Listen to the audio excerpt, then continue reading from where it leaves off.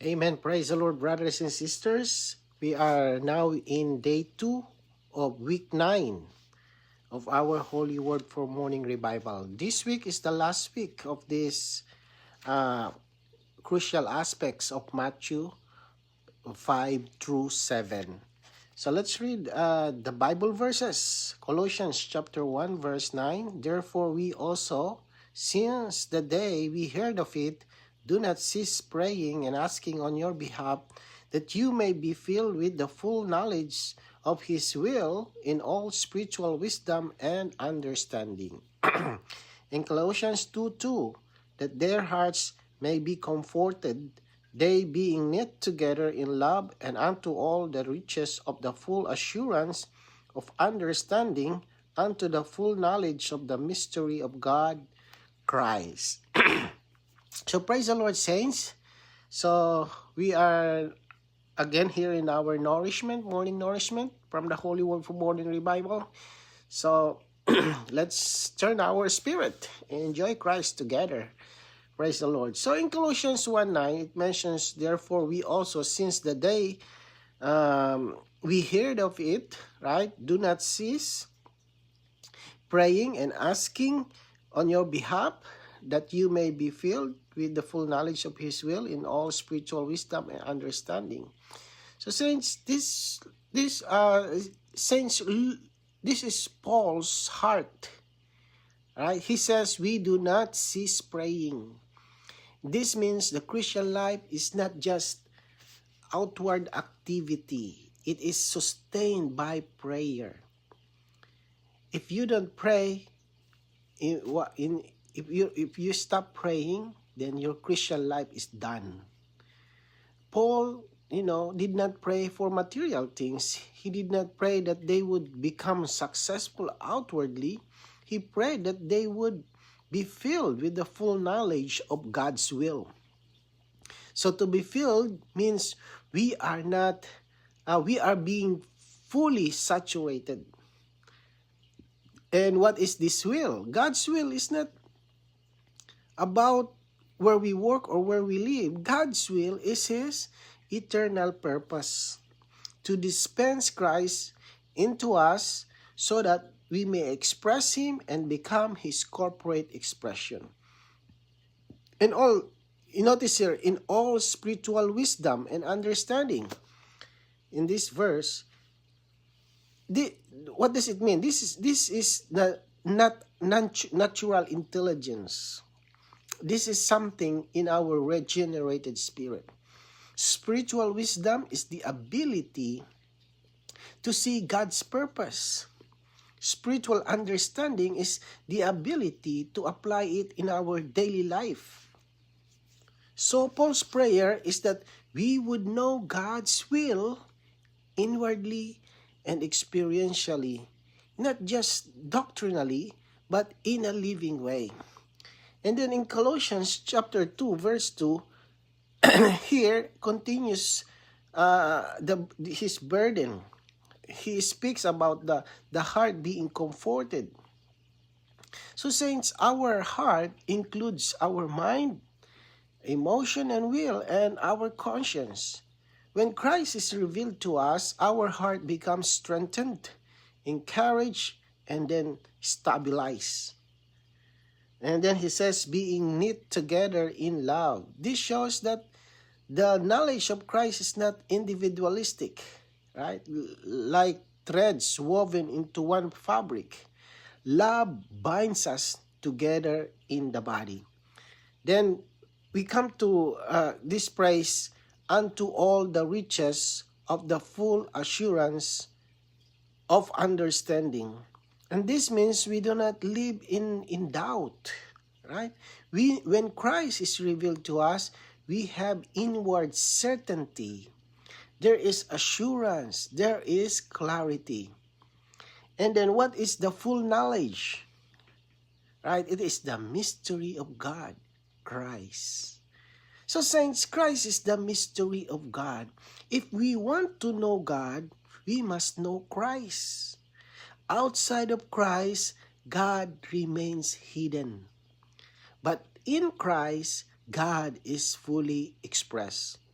So the goal of Paul's prayer is this, that we would gain the full knowledge of Christ, not just a small portion, but the riches of who He is. Right? Now let's read the paragraph. Colossians is a book concerning God's will. Wisdom is in our spirit for us to realize, sense, and perceive the spiritual things. And understanding is in our mind to interpret what we receive. We need all spiritual wisdom and understanding in order to have the full knowledge of the will of God. The will of God mentioned here is the eternal will of God, the great will of God. It is related not to the things in our daily life, but to God's purpose, God's intention. To know this will requires that we have full knowledge in all spiritual wisdom and understanding. What is the will of God according to His desire?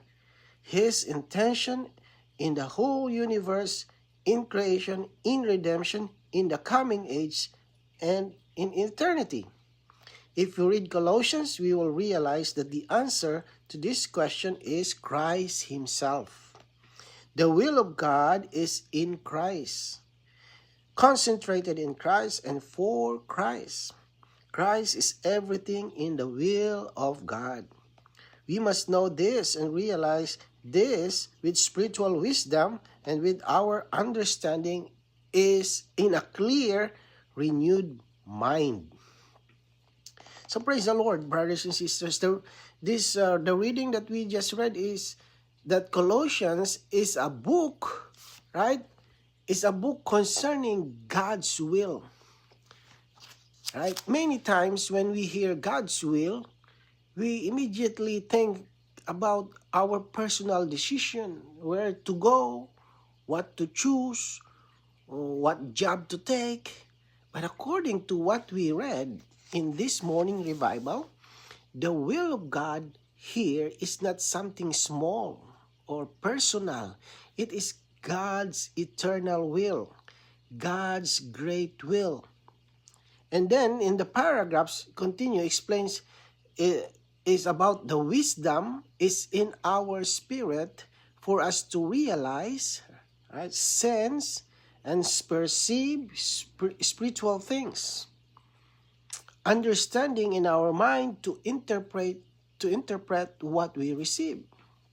So saints, this is very practical. First, something is revealed to us in our spirit. There is an inward sense, an inward shining that is wisdom. Then our renewed mind interprets and understands what we have sensed. That is understanding. If we only use our natural mind, we cannot know God's eternal will. We need all spiritual wisdom and understanding. Right? And now, what is the will of God according to His desire, His intention, right? In the whole universe, in creation, mentioned here in redemption, in the coming age, and even in eternity. So this question is not a small question. This covers everything, the past, the present, and the future. And what is the answer? The answer is Christ Himself. Saints, this is the heart of Colossians. God's will is in Christ, concentrated in Christ.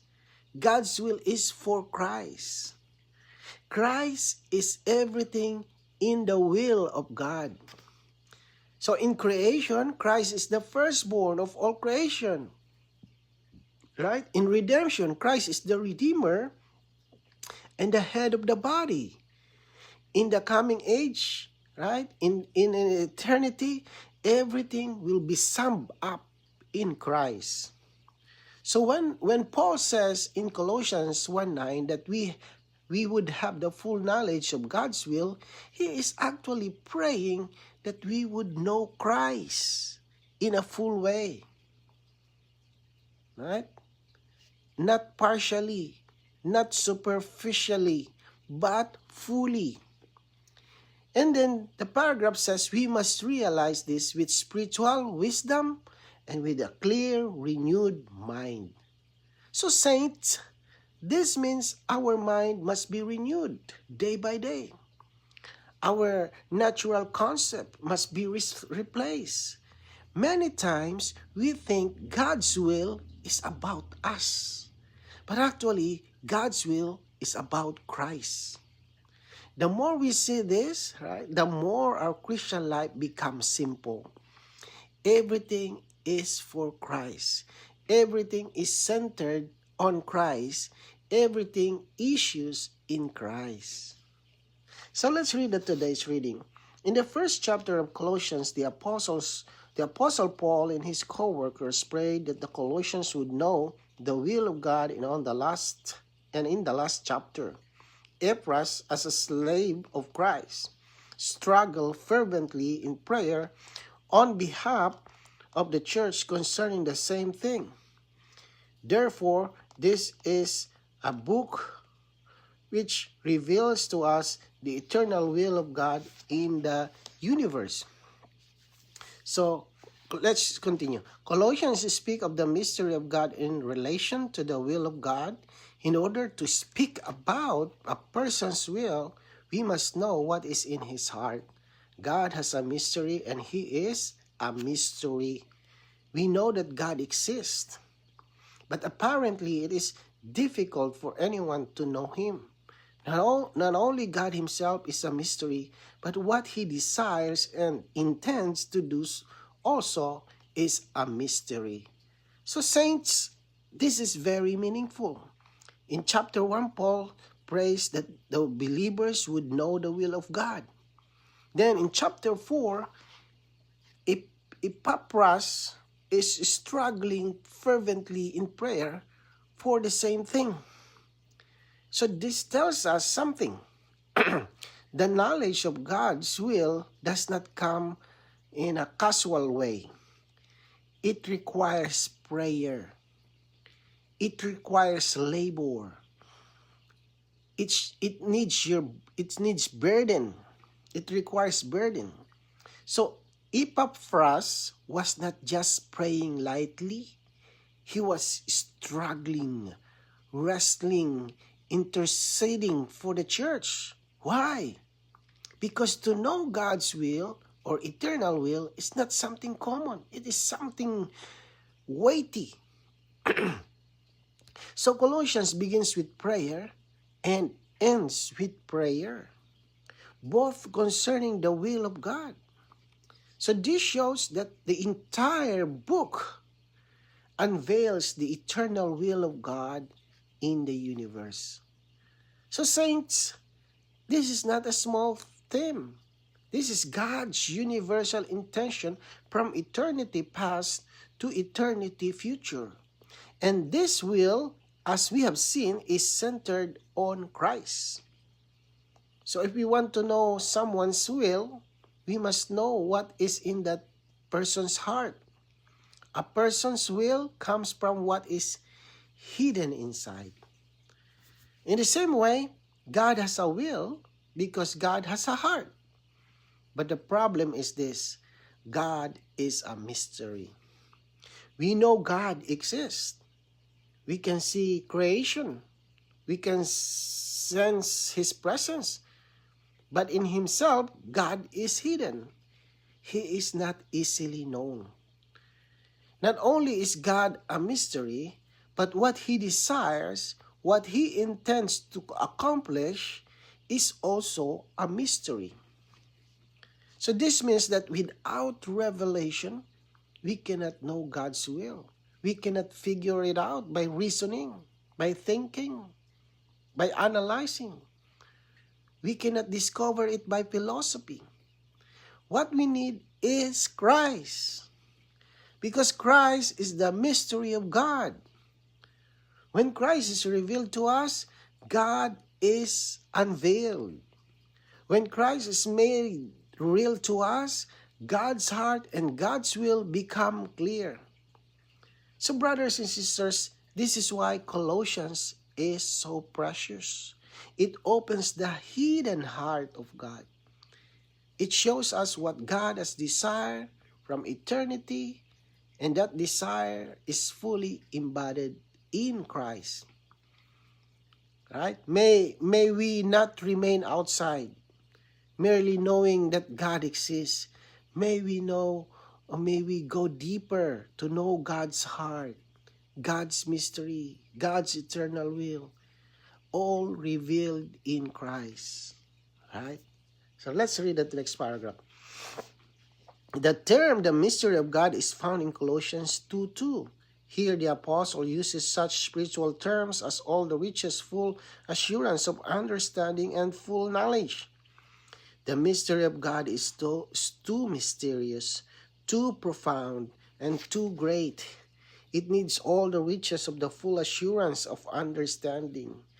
By ourselves, we cannot thoroughly explain what God is and what God intends to do. The answer is in the book of Colossians. Okay? So saints, the mystery of God is Christ. But this mystery is not shallow. It is profound and great. That is why Paul uses strong words. All the riches, full assurance, full knowledge. To know Christ as the mystery of God requires spiritual riches, right? And inward certainty. So this is not natural understanding. It comes by revelations. So by ourselves, we cannot explain who God is or what He intends to do. But Colossians gives us the answer. God's will and God's mystery are fully revealed in Christ. So the more we know Christ, the more God's hearts become clear. Right? So let's read the paragraph. The will of God is profound in relation, right? The will of God is profound, Lord Jesus. Maybe the will of God is profound in relation to our knowing, experiencing, and living the all-inclusive Christ. Sorry, I missed the other one. Maybe the term mystery, right? Let's see. I'll read this one. The term, the mystery of God, is found in Colossians 2:2. Here, the apostle uses such spiritual terms as all the riches, full assurance of understanding, and full knowledge. The mystery of God is too mysterious, too profound, and too great. Oh Lord, forgive me. Maybe I missed some paragraph here. The mystery of God is too mysterious, too profound, and too great. It needs all the riches of the full assurance of understanding. By ourselves, we cannot thoroughly explain what God is and what God intends to do. The answer is in the book of Colossians. So I read that already. So anyway, since the mystery of God is Christ, but this mystery is not shallow, like I mentioned, this is why Paul uses the strong words, all the riches, full assurance, and full knowledge. So to know Christ as the mystery of God requires spiritual riches and inward certainty. This is not natural understanding. It comes by revelations. So let's read the next paragraph. The will of God. The will of God is profound in relations to our knowing, experiencing, and living the all-inclusive Christ. In Colossians 1:9, Paul was not praying that the Colossians would know whom to marry, where to live, or what kind of job they should have. His heart was not occupied with such trivial things. In this verse, God's will refers to Christ. It was not God's will for the Colossians to follow Judaistic observances, Gentile ordinances, or human philosophies. Furthermore, it was not God's will for them to practice asceticism, to treat the body severely in order to bridle the indulgence of the flesh. God's will for the Colossians was for them to know Christ, to experience Christ, to enjoy Christ, to live Christ, and to have Christ become their life and their person. God's will for us today is exactly the same. So let's continue. If we know that God's will is for us to be saturated with Christ, then we have the proper knowledge of God's will. Whatever we do should be done in the will of God. We should marry in Christ, work in Christ, and move in Christ. Christ should be our life and our person. This is the will of God. So it becomes more clearer about the will of God. So the will of God is profound in relations to our knowing, experiencing, and living the all-inclusive Christ. So in Colossians 1:9, Paul was not praying that the Colossians would know whom to marry, where to live, or what kind of job they should have. His heart was not occupied with such trivial things. So in this verse, God's will refers to Christ. It was not God's will for the Colossians to follow Judaistic observances, Gentile ordinances, or human philosophies. Right? Furthermore, it was not God's will for them to practice asceticism, right? To treat the body severely in order to bridle the indulgence of the flesh, right? So, yeah, God's will is for the Colossians. God's will is for us to be saturated with Christ, right? Then we have the proper knowledge of God's will. Whatever we do should be done in the will of God, right? So we should, example here, we should marry in Christ, work in Christ, move in Christ. Christ should be our life and person. And so this is the will of God. So anyway, so since once we see that God's will is for us to be saturated with Christ, everything becomes simple. So it does not mean we ignore practical matters. Rather, it means that in everything matter, Christ must be central. We marry in Christ, we work in Christ, we move in Christ. Christ is not just helping us, He becomes our life and our person. He's the one living in us, making decision with us, expressing Himself through us. This is the real will of God. Not outward regulation, but inward saturation. Right? So, may we see this clearly. God's will is that Christ would fill us, occupies us, and be expressed through us in every part of our living. So, I may miss one paragraph here and explain it, but anyway, Lord Jesus, forgive me. Hopefully, you pick something here, what we enjoyed today, and it will help you in your prophesying time. So anyway, let's pray. Lord Jesus, thank you, Lord, for showing us that God's eternal will is Christ Himself. Lord, we need to be in Christ to know what's your will. Lord, fill us, Lord, with the full knowledge of your will, right? In all spiritual wisdom and understanding. Lord, saturate us with Christ. Lord, be our life in our person, in everything we do in our day-by-day living. Praise you, Lord Jesus. Amen.